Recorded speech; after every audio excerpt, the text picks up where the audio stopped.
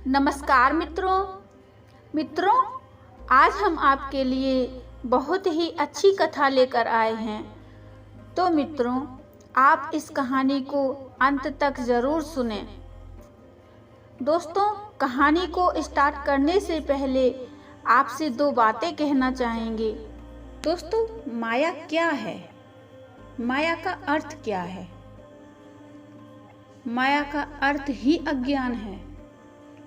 और ये अज्ञान कब शुरू हुआ, इसे जानने की जरूरत नहीं। माया जीव से कब जुड़ी, यह भी जानने की जरूरत नहीं।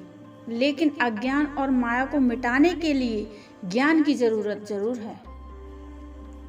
और ये दोनों तभी मिट सकते हैं जब व्यक्ति परमात्मा से जुड़ जाता है।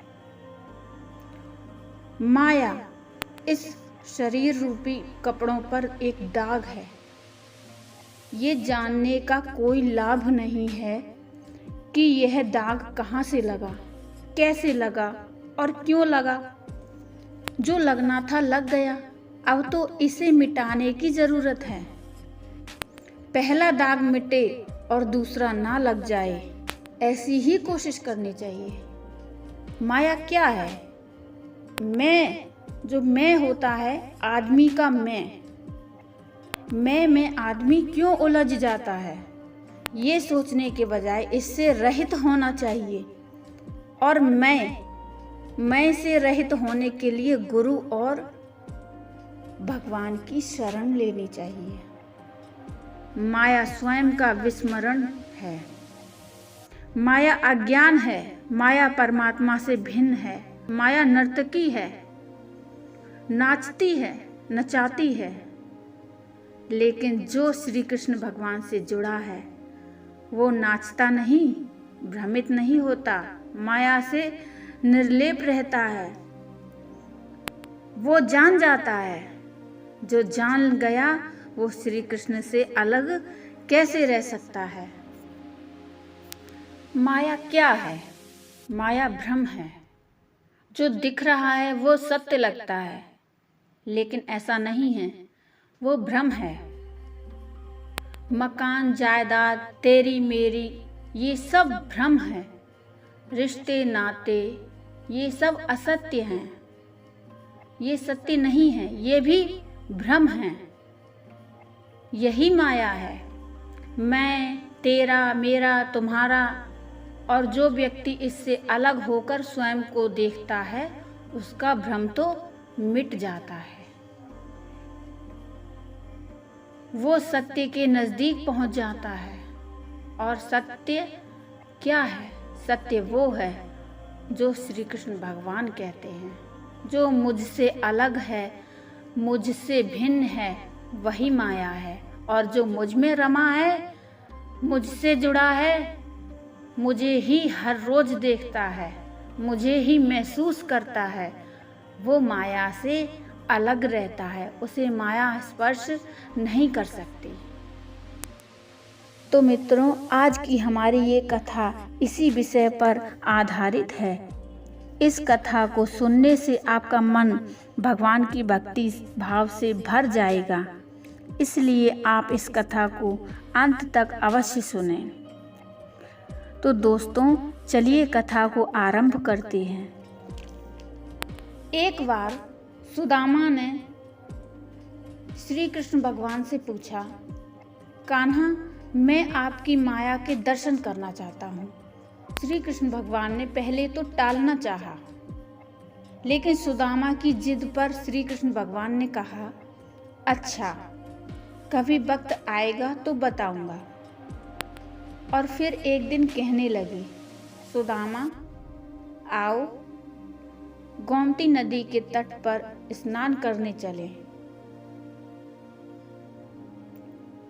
और फिर दोनों गोमती नदी के तट पर गए, वस्त्र उतारे, दोनों नदी में उतरे।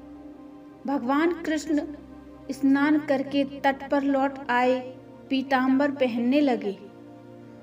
तो सुदामा ने देखा कि कृष्ण तो तट पर चला गया है, मैं एक डुबकी और लगा लेता हूँ। और जैसे ही सुदामा ने डुबकी लगाई, भगवान ने उसे अपनी माया का दर्शन करा दिया। सुदामा को लगा गोमती में बाढ़ आ गई है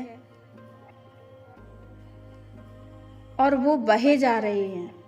सुदामा जैसे तैसे एक घाट के किनारे रुके, घाट पर चढ़े, घूमने लगे। घूमते घूमते गांव के पास आ गए। वहां एक हथनी ने उनके गले में फूल माला पहनाई। सुदामा हैरान हुए। लोग इकट्ठे हो गए। लोगों ने कहा, हमारे देश के राजा की मृत्यु हो गई है। हमारा नियम है, राजा की मृत्यु के बाद हथनी जिस भी व्यक्ति के गले में माला पहना देगी वही हमारा राजा होगा। हथनी ने आपके गले में माला पहनाई है, इसलिए अब आप हमारे राजा हैं। तो सुदामा हैरान हो गए। अब सुदामा राजा बन गए। एक राजकन्या के साथ उनका विवाह भी हो गया। 2 पुत्र भी पैदा हो गए। एक दिन सुदामा की पत्नी बीमार पड़ गई, आखिर में मर गई। सुदामा दुख से रोने लगे। उनकी पत्नी जो मर गई वो बहुत ही अच्छी थी, सुंदर भी थी, सुशील भी थी। उनकी पत्नी मरने के बाद लोग इकट्ठे हो गए। उन्होंने सुदामा को कहा, आप रोए नहीं, आप हमारे राजा हैं, लेकिन रानी जहाँ गई हैं वहीं आपको भी जाना है। ये मायापुरी का नियम है।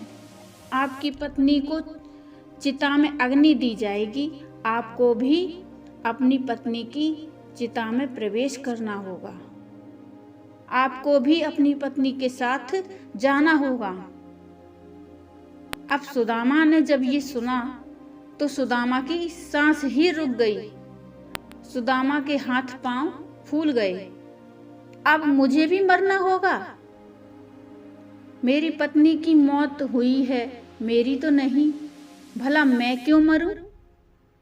ये कैसा नियम है? सुदामा अपनी पत्नी की मृत्यु को भूल गया। उसका रोना भी बंद हो गया। अब वो स्वयं की चिंता में डूब गया। सुदामा ने कहा भी, भाई मैं तो मायापुरी का वासी नहीं हूँ, मुझ पर आपकी नगरी का कानून लागू नहीं होता। मुझे क्यों जलना होगा? लोग नहीं माने। लोगों ने कहा, अपनी पत्नी के साथ आपको भी चिता में जलना ही होगा, मरना ही होगा। ये यहाँ का नियम है। फिर सुदामा ने कहा, अच्छा भाई, चिता में जलने से पहले मुझे स्नान तो कर लेने दो। लोग माने नहीं। फिर उन्होंने हथियार बंद लोगों की ड्यूटी लगा दी। सुदामा को स्नान करने दो, देखना कहीं भाग ना जाए। रह रह कर सुदामा रो उठता। सुदामा इतना डर गया कि उसके हाथ पैर कांपने लगे।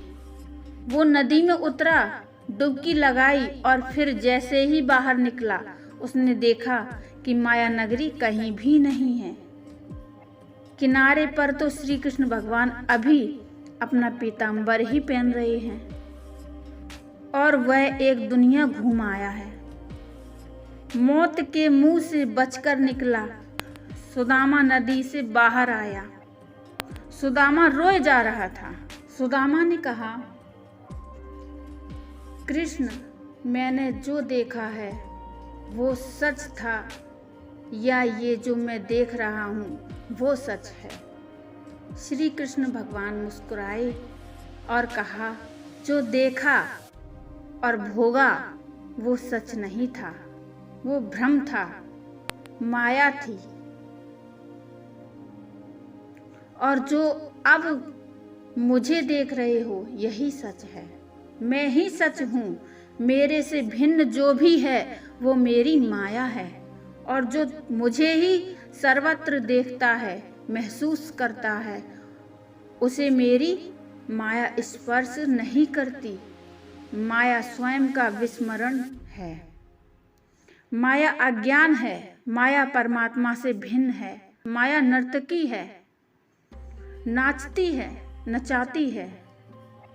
लेकिन जो श्री कृष्ण भगवान से जुड़ा है वो नाचता नहीं, भ्रमित नहीं होता, माया से निर्लेप रहता है। वो जान जाता है। अब सुदामा भी जान गया। जो जान गया वो श्री कृष्ण से अलग कैसे रह सकता है। दोस्तों, आपको ये कथा कैसी लगी आप मुझे कमेंट में ज़रूर बताइए। कथा अच्छी लगी हो तो लाइक कर दीजिए और चैनल को सब्सक्राइब कर लीजिए। मिलते हैं फिर अगली एक और भक्ति कथा में। तब तक के लिए नमस्कार। राधे राधे दोस्तों।